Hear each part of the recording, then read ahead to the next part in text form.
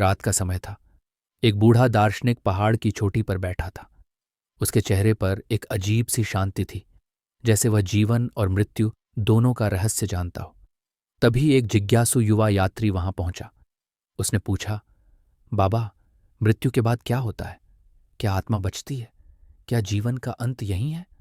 दार्शनिक मुस्कुराए, बोले, तुम्हारे सवाल का जवाब देने के लिए मैं तुम्हें एक यात्रा पर ले चलूंगा।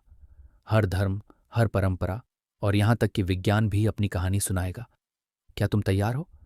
युवा ने उत्सुकता से सिर हिलाया और फिर शुरू हुई उनकी अद्भुत यात्रा। पहला पड़ाव, जीवन का चक्र। हिंदू धर्म दार्शनिक और यात्री अचानक खुद को वाराणसी के घाट पर पाते हैं। वहां एक शव यात्रा हो रही थी। लोग राम नाम सत्य है का जाप कर रहे थे।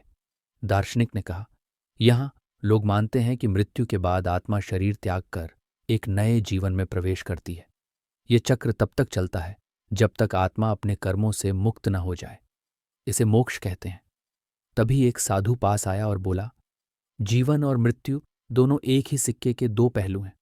जैसे पुराने कपड़े उतारकर नए पहनते हो, वैसे ही आत्मा पुराने शरीर को छोड़ देती है। लेकिन याद रखना, मोक्ष पाना आसान नहीं। दूसरा पड़ाव, शून्यता और निर्वाण। बौद्ध धर्म। अब वे तिब्बत की बर्फीली पहाड़ियों में एक मठ में पहुंचते हैं। वहां घंटियों की मधुर आवाज गूंज रही थी। एक भिक्षु ने मुस्कुराते हुए कहा, मृत्यु जीवन का अंत नहीं, बल्कि एक अवसर है। अगर तुम अपने मन को शांत रखोगे और ध्यान की कला सीखोगे तो तुम बारडो, मृत्यु और पुनर्जन्म के बीच की अवस्था में जागरूक रह सकते हो। यही तुम्हें निर्वाण तक ले जाएगा। यात्री ने पूछा, निर्वाण क्या है? भिक्षु ने उत्तर दिया, ये उस शून्यता की स्थिति है जहां कोई दुख नहीं, कोई जन्म नहीं, केवल शांति। तीसरा पड़ाव, जन्नत और जहन्नुम। इस्लाम धर्म। अब वे अरब के रेगिस्तान में थे। एक मस्जिद में इमाम कुरान की आयतें पढ़ रहे थे। इमाम ने कहा, इस्लाम में मृत्यु का मतलब जीवन का अंत नहीं, बल्कि अल्लाह से मिलने की शुरुआत है। जो अच्छा करेगा वह जन्नत में जाएगा। वहां दूध और शहद की नदियां होंगी, और जो गलत करेगा उसे जहन्नुम का सामना करना पड़ेगा। युवक ने सोचा, तो हमारे कर्म ही हमारे भविष्य का निर्धारण करते हैं। चौथा पड़ाव, पुनरुत्थान। ईसाई धर्म। अब वे एक यूरोपीय चर्च में थे। वहां मोमबत्तियां जल रही थीं और गाना गाया जा रहा था।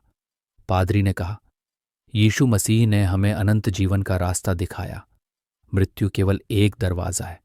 जो इस दरवाजे को पार करता है उसे ईश्वर का सान्निध्य मिलता है। उन्होंने बाइबल से पढ़ा, मैं पुनरुत्थान और जीवन हूं।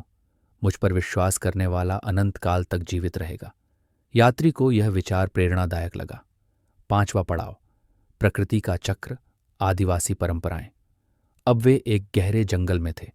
एक जनजाति प्रमुख ने कहा, हमारी आत्मा मरती नहीं, वह हवा, पानी और पेड़ों में समा जाती है। मृत्यु का मतलब है प्रकृति के साथ एक हो जाना। यही हमारी सबसे बड़ी शांति है। युवक ने महसूस किया कि हर धर्म अपने तरीके से प्रकृति और जीवन से जुड़े रहने की बात करता है। अंतिम पड़ाव, विज्ञान और ऊर्जा का खेल। अचानक वे एक आधुनिक प्रयोगशाला में पहुंच गए। वहां एक वैज्ञानिक ने कहा, देखो, मृत्यु के बाद हमारा शरीर सड़कर मिट्टी में बदल जाता है, लेकिन हमारी ऊर्जा ब्रह्मांड में हमेशा मौजूद रहती है। ये कभी खत्म नहीं होती। इसे हम ऊर्जा संरक्षण का नियम कहते हैं। युवक ने पूछा, तो क्या इसका मतलब है कि मैं हमेशा किसी न किसी रूप में रहूंगा? वैज्ञानिक ने मुस्कुराते हुए कहा, बिल्कुल, तुम प्रकृति का हिस्सा हो। यात्रा का अंत, रहस्य और सीख। यात्रा के अंत में दार्शनिक बोले, देखो, हर धर्म, परंपरा और विज्ञान ने मृत्यु के बाद की अपनी व्याख्या दी, लेकिन एक बात सब में समान है, मृत्यु कोई अंत नहीं है। ये एक नया अनुभव, एक नई शुरुआत है। इसे डर के साथ नहीं, बल्कि समझदारी और शांति के साथ स्वीकार करना चाहिए। युवक ने सिर झुकाया और कहा, अब मुझे डर नहीं, बल्कि जिज्ञासा है कि मृत्यु के बाद क्या होगा।